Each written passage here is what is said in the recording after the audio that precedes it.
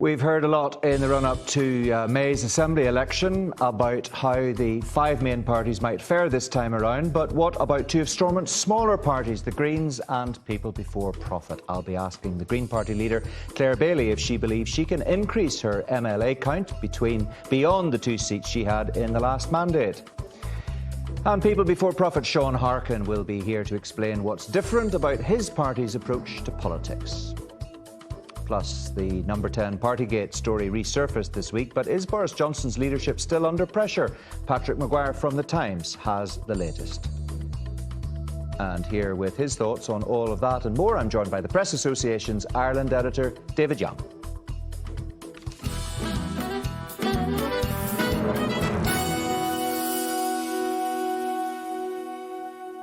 Welcome to Sunday Politics. At her party conference last month, the Green Party leader said traditional parties won't take the necessary decisions that go with climate action because it would require them to think beyond elections and votes. But with polling day just over a month away and with Northern Ireland's first laws to tackle climate change now agreed, does she still feel the same way? Claire Bailey joins me now. Welcome to the programme. Thank you for joining us. The other parties did manage, of course, to agree on climate action when talk of an election was very much in the air. So do you concede you got that one wrong?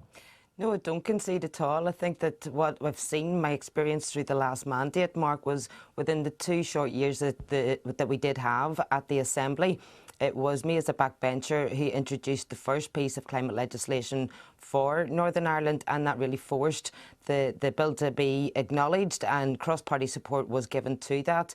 And what we've seen then was that the minister who was responsible for bringing the bill was playing catch-up from there. We have secured the passage of our first piece of climate legislation, but that's only the start. That's certainly not the end.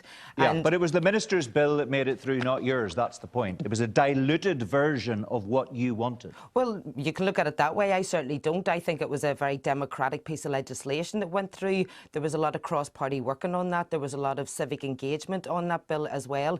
And talking about the issues, it sat at committee for 7 months, and we took significant evidence from many stakeholders, and when it came to being voted through, whether it was going to be the private member's bill or the minister's bill, a huge amount of work had gone into that, and a lot of political engagement had gone into it by that stage as well. So we got the best bill that we could by the end of it.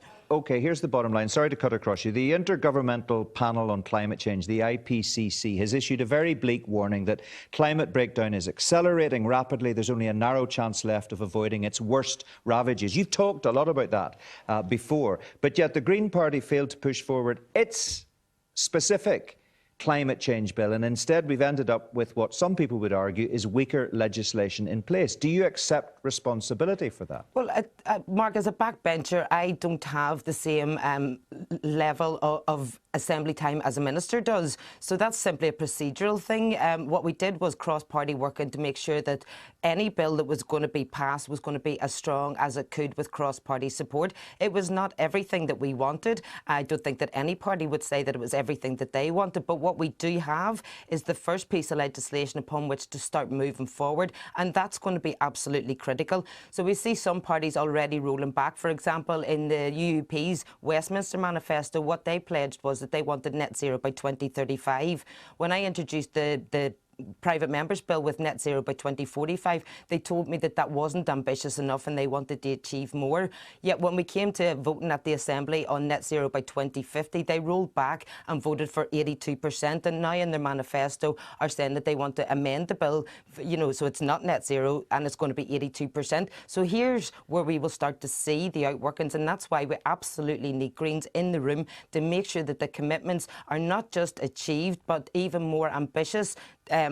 Elements will be delivered throughout the coming decade at least, because we are in a crisis. This is the biggest crisis that humanity has faced, and Northern Ireland's environmental record is absolutely shameful. Not one single one of our waterways even met basic good standards. We don't have an air quality strategy, despite knowing that over 800 people, early deaths in Northern Ireland are attributable to air pollution. We know that there's so many problems, but yet we don't have the political bravery to do the work necessary and make the changes at speed that we absolutely need. OK, but I'm intrigued to know why you're undermining the point that I was making there, which is that you don't have the clout that before this debate you suggested you did have and indeed should have, because you've just said yourself you don't have the same clout in the chamber as the minister because you're only a backbench MLA, to quote what you just said yourself. And also you've suggested that others already are starting to unpick the legislation that's on the table.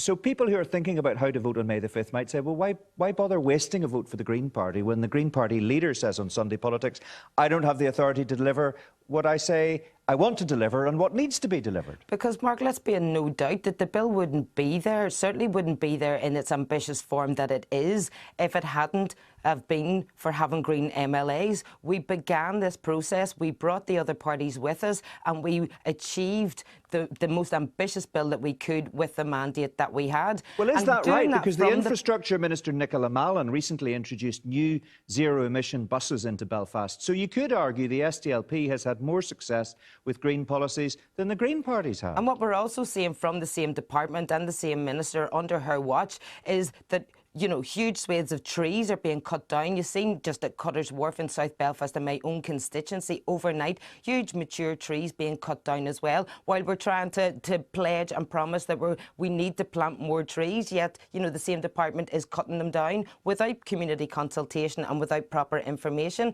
So let's, you know, it's not one or the other.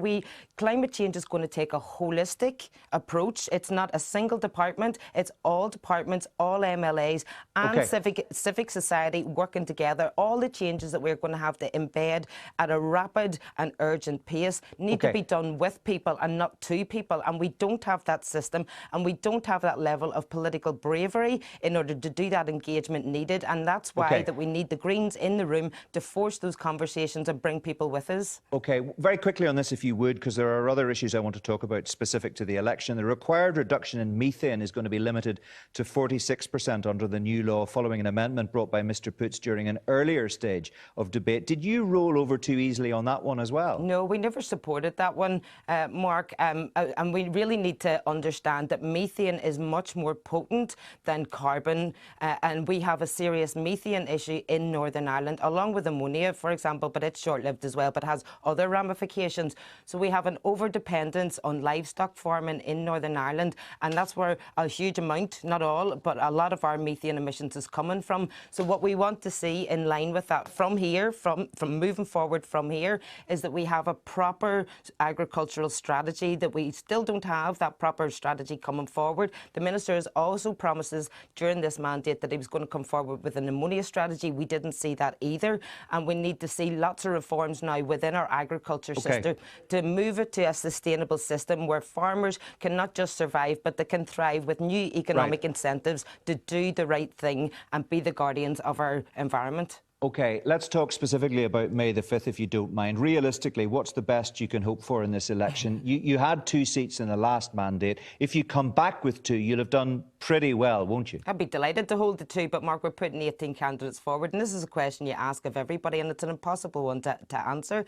So I know that polls and punditry is really, really important, and it's good to listen to that as well, but it's on the ground, it's talking to people, it's knocking doors, and it's the work that our constituency groups and our members do at that ground level. Yeah, but you've just answered the question really by saying you'd be delighted to come back with 2. You're not expecting to grow. It's about consolidation, not growth. You're admitting that. What we've seen in 2019 at the local council elections was that the Green Party vote significantly increased. In Belfast alone, we jumped to 6% of the vote and we returned 4 councillors to Belfast City Council. We have 8 across Northern Ireland now as well. So we doubled our representation in 2019 in the local council elections, and we don't see why that trajectory shouldn't continue.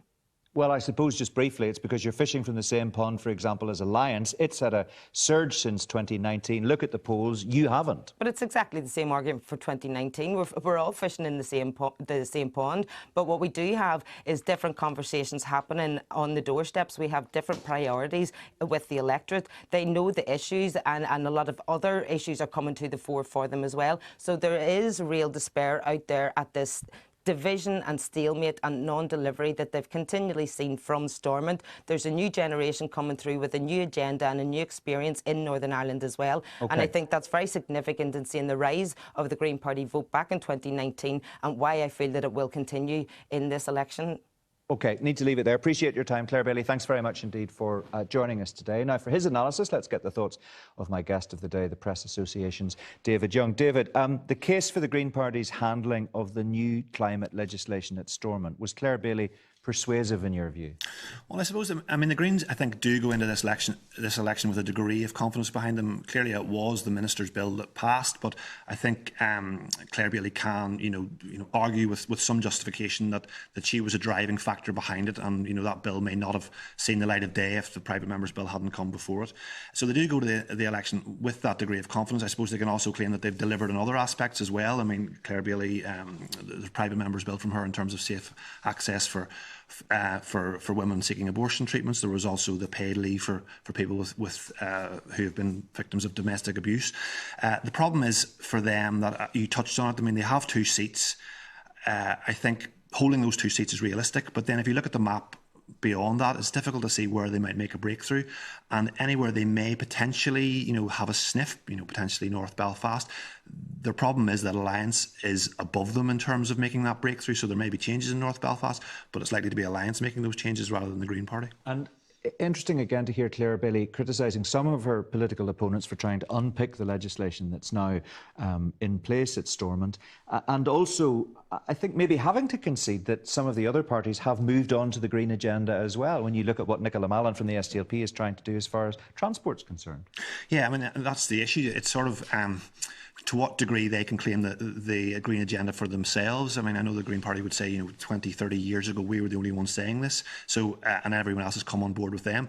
From their point of view, aside from an election, surely that has to be a good thing for society from their point of view. So it's just how you then cut in and make yourselves individual and stand out in the Green agenda when, as you say, so many other parties are now taking that stance themselves. OK, David, thanks very much. We'll hear from you again later. Now, People Before Profit says it wants to offer an alternative to voters in the upcoming Assembly election. And for the first time, the party is fielding candidates in all 4 Belfast constituencies and 3 others.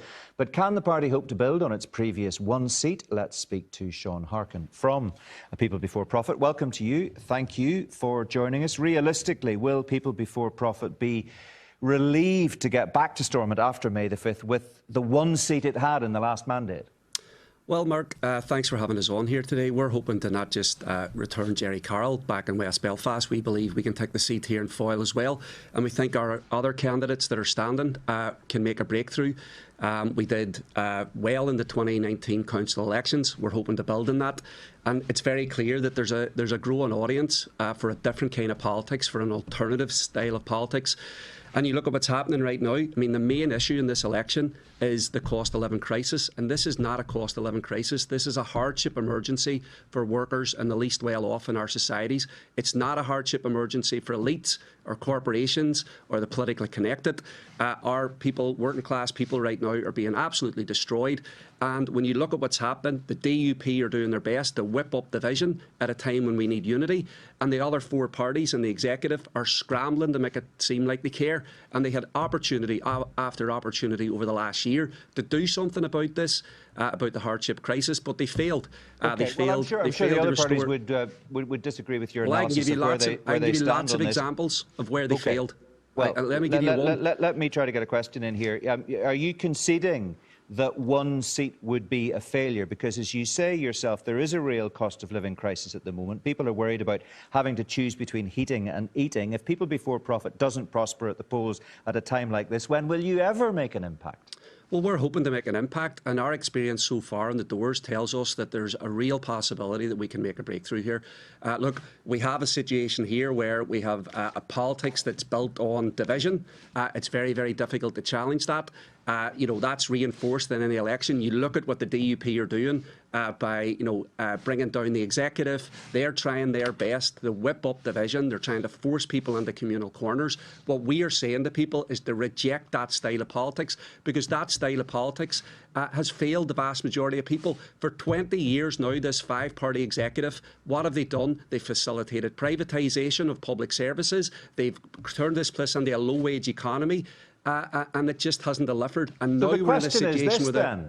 The question is this: can people before profit really hope to make any difference if you go back with one seat or the two that you say you would like to get, or potentially more than that? Jerry Carroll, your colleague, took part in a cost of living protest at Belfast City Hall yesterday, and I'm reliably informed he called for a £1,000 payment to be made to each and every household in Northern Ireland. Do you know how many households there are in Northern Ireland at the moment? Well, look, a £1,000 payment would be a start, and the reality is But do you know what that would cost? Do you know how many households there are in Northern Ireland and what the kind of scale of that payment would be? Well, look, there's £300 million, Mark, that was sitting up in Stormont that the five executive parties could not figure out how to get out the ordinary people. So there's plenty of money, and this argument that there's nothing that the executive can do is absolute lies. Well, it's very interesting you mentioned the figure of 300 million, because I'll tell you how many households there are in Northern Ireland. I just checked. The most recent figure I can get is 703,000 households in Northern Ireland. If you give each and every one of those a £1,000 payment, my sums tell me that's £703 million you want to spend. So the £300 million doesn't even half cover it. Where's that money coming from, and why are you raising expectations for people, telling them they deserve this money but not having any chance of being able to deliver it for them? Well, that's not actually true. Look, there's all sorts of measures. Why isn't there a windfall tax right now on the big corporations that are profiteering right now when vast numbers of people in our communities are basically struggling to heat their eat? It's absolutely disgraceful. And we should raise expectations. Look, last year the executive, instead of rewarding our health and social care workers with a raise, imposed a Tory real terms pay cut. It's absolutely disgraceful. Workers now are being forced out on strike because they can't get a pay raise. Meanwhile, as you've seen there on April 1st, and it wasn't a joke, MLA's got a £500 pay increase. They don't need it, but they didn't have to go on strike for it. The same thing with MPs, giving themselves a £2,200 pay raise. They don't need it, and yet they're grabbing it. You want to give them £1,000 in their hand as well? Look, this is about getting help to the people who need it, working class people, workers, and the least well off, the vulnerable in our communities, for whom the Stormont executive has done absolutely nothing. Back in December, we called with others. We went up to Stormont and we had a protest.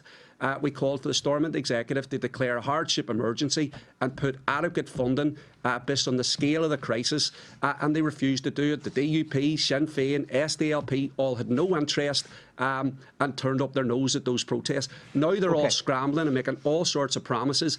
I wouldn't believe a single promise any of these Stormont executive parties are making. They haven't delivered for the last 20 years. They haven't delivered in the last 6 months, and they're not protecting the vast majority of people. Well, that's a very interesting point. Why should we believe any promises that people before profit makes? Because you've not delivered on two promises that you made recently, and I wonder if people will consider whether or not you can make the impact that you claim you can. You tried and I'll give you two examples. You tried and failed to push through legislation that would have reduced private tenancy rents by 10%, and you tried and failed to push through trade union reform. Those are examples of your party failing to deliver for the people you represent. There's no other way for you to describe that, is there? Well, Mark, I think that those are examples of us punching above our weight and doing everything that we can to protect ordinary people. It's absolutely... But you didn't. At the end of the day, you didn't deliver on those two key things. You made promises and you didn't deliver. We didn't make promises, Mark. We put those things forward, and unfortunately the Trade Union Freedom Bill, which would have transformed workers' rights at a time when people need to be able to fight for higher wages, that was defeated by executive parties. The DUP, Alliance and the UUP all united to vote that down, and it was a disgrace. And then they turn up in picket lines and say they're for workers' rights. On the 10% cut to private rent, again, one day, on a Monday, all the executive parties vote for it, and then on the next day, they vote against it. Absolutely disgraceful. And these are just examples of where there are ways that we can be protecting ordinary people, and it's just examples of where the executive parties... Look, The system is rigged in favour of elites, it's rigged in favour of corporations, and it's rigged in favour of politically connected. And there's lots of examples now where there could have been action and action wasn't taken. Now we're getting election promise after election promise around wages, around hardship funds, but all those things could have been done in the last 6 months. But isn't the point that if People Before Profit goes back after May the 5th into a new mandate with 1 or maybe 2 MLAs, you, by your own words almost, are saying you cannot have the kind of influence and agency that you think you deserve? So any promises you make in the election won't be delivered on. It's as simple as that. Well, no, that's not true, Mark. Our politics are different because we don't say elect a few people before profit, MLAs, and we're going to go on there and transform. Look, what's going to actually be necessary is workers are now going on strike. There's cost of living protests happening across the cities and towns. It's that kind of pressure, that kind of people power pressure that's going to make the difference. There's no other way to press these executive parties into action without that. We need to leave it there. I really appreciate your time, Sean Harkin. Thanks very Mark. much indeed for joining us from our Foyle studio. David Young is still with me. He's been listening to that. Quick word on what we've just heard from Sean Harkin. What do you make, realistically, of People Before Profit's prospects at this election? People Before Profit did very well in 2016, got 2 seats. Obviously, then the boundaries changed and the number of MLAs went down. They lost 1 in 2017. And there was a sense then, I think, that they lost some momentum because there was issues in terms of their Brexit stance and maybe the votes they were looking for. That didn't really chime with the people on the doorsteps in terms of the position they took in Brexit. I think they have an opportunity now to get some momentum back, given the context we're in with the cost of living crisis. I mean, that really resonates with their calls for nationalisation, their calls for supports for working families. That resonates with people who are struggling to pay their bills. I think in terms of gains, I think their only realistic one potentially is Foyle. They may rely on potentially the SDLP, potentially overstretching themselves. A bit of flux, obviously, with Sinn Féin in that constituency. Some 2 untested MLAs that were co-opted in. So there potentially they might make a gain. I think they've also maybe designed potentially making something in North Belfast. I don't think that's realistic. Consolidating West Belfast, maintaining that seat, potentially making a breakthrough in Foyle, which I think that's unlikely, but I think that's, again, a bit like the Greens, consolidate the seats they have and potentially increase their vote share would be a success, I think, for People Before Profit. We've been talking about 2 of the smaller parties in this programme, the Greens and People Before Profit. I should say Jim Allister's going to be on The View on Thursday coming. But if you look at Alliance, we still talk about the Alliance surge that we've seen in recent elections and apparently in recent opinion polls. And if the Greens and People Before Profit do well, the other designation comes under huge pressure, doesn't it? Because it changes the political landscape potentially up at Stormont. Yeah, so if we're going into this election with 11 others, we could potentially come out, if Alliance have a very good day, high teens, maybe 20, that's maybe the high watermark for the others. If that is the situation, and I don't think anyone's optimistic in terms of thinking we're going straight back into an executive after May, there's going to be a period within which, there may be a process that we have to go into. I think in that process, if that is the situation and the others come in at such a high watermark, that there's going to have to be a conversation about designations. It will certainly be in the agenda because, it becomes the scaffolding, as they call it, around the Good Friday Agreement will really start to creak at that point. I think if you have, almost a quarter, over a fifth of MLAs whose votes, to all intents and purposes, don't count in some circumstances when you have a cross-community vote. So do we move, or certainly I think Alliance would obviously favour this, but do we move from some sort of situation of designation to weighted majority? And I think that just gives the government another headache in terms of what they're looking at post-election if we do get to that point. Interesting to see what happens, David. As ever, thanks very much indeed. Now, members of Parliament might be on their Easter break, but it was a busy week for the government before the holiday started. On Friday, Downing Street reversed its decision to scrap plans for a ban on so-called conversion therapy for gay and bisexual people in England and Wales. And earlier in the week, fines were issued to 20 individuals caught up in what's become known as Partygate for breaking COVID restrictions during the pandemic. Patrick Maguire is the Red Box editor for The Times, and he joins me now from London. Patrick, we don't know who the fixed penalty notices were issued to, but Number 10 maintains if the Prime Minister receives one, we will know about it. Yes, indeed. Ditto Rishi Sunak, the Chancellor, and ditto Simon Case, the Cabinet Secretary, the most senior civil servant on Whitehall. Plainly, it's unsustainable for the Prime Minister not to say he's been issued with a fine. But ultimately, right now, the current situation, which is we have 20 nameless, faceless, presumably junior officials who've all been fined thus far for their role in organising and attending those parties, suits the Prime Minister in the narrative he wants to, convince Tory MPs with, which is this is a little local difficulty, a parochial matter that isn't ultimately serious enough to have the baby thrown out with the bathwater at a time of international conflict. Whether that holds as and when he, his wife, the Chancellor, or the Cabinet Secretary are fined is another question. Meantime, of course, Patrick, the papers are also dominated today by the news that the Tory MP David Warburton has been suspended from the Parliamentary Party over allegations concerning drug abuse and inappropriate behaviour. Yes, indeed.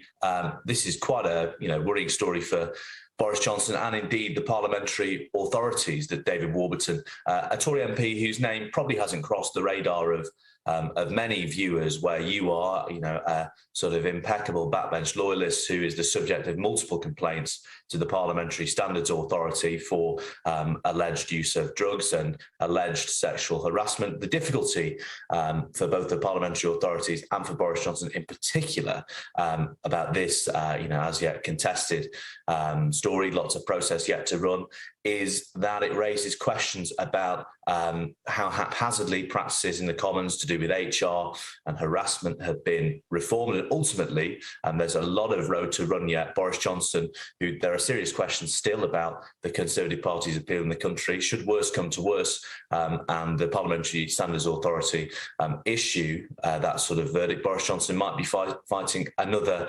by-election against a resurgent Lib Dems in the west of England, which is the last thing he needs with the Conservative Party's polling as it is. Patrick, I should just point out Mr Warburton reportedly told the Sunday Telegraph he'd not heard from Parliament's Independent Complaints and Grievance Scheme, the ICGS, and that he had enormous amounts of defence. We will see how that develops in the days ahead. I did want to ask you about the election here. We're just, a month away from what could prove to be a very significant election here, May the 5th. I'm wondering how much anybody in London is paying any attention to what's happening on the ground. Well, that's the million-dollar question. There is a bit of tension I've picked up in recent weeks between Downing Street and the Foreign Office, who, of course, since the resignation of Lord Frost as the minister responsible for Brexit, are in charge of the government's approach to the protocol. A couple of weeks ago, we in the Times reported that Liz Truss was very keen for Boris Johnson to go to the European Commission and say, look, we need intensive negotiations on the protocol before the May elections, otherwise an executive isn't coming back. Now, clearly, I think the mood music in government on that one has changed. I think there has been a conclusion at the highest level between senior ministers that there will be no triggering of Article 16 before the May elections. And that means that, there is the consensus on Whitehall that Sinn Féin will return as the largest party in the government is in for a very difficult period of horse trading at best and a prolonged period without an executive at worst, has basically solidified at the top of government. And that clearly has a lot to do with the bandwidth it has devoted to other issues. OK, need to leave it there. Patrick, good to talk to you as ever. Thank you very much indeed. That's all we've time for this week. Join me for The View at the usual time after the late news on Thursday night on BBC One. We'll be continuing our series of interviews with party leaders ahead of the election. This week, the SDLP and TUV leaders will be joining me in the studio. And our next Red Lines constituency profile podcast will be available on Wednesday. This week, we're looking at Strangford North Down and South Down. For now, though, from everyone in the team, thanks for watching. Have a good day. Bye-bye.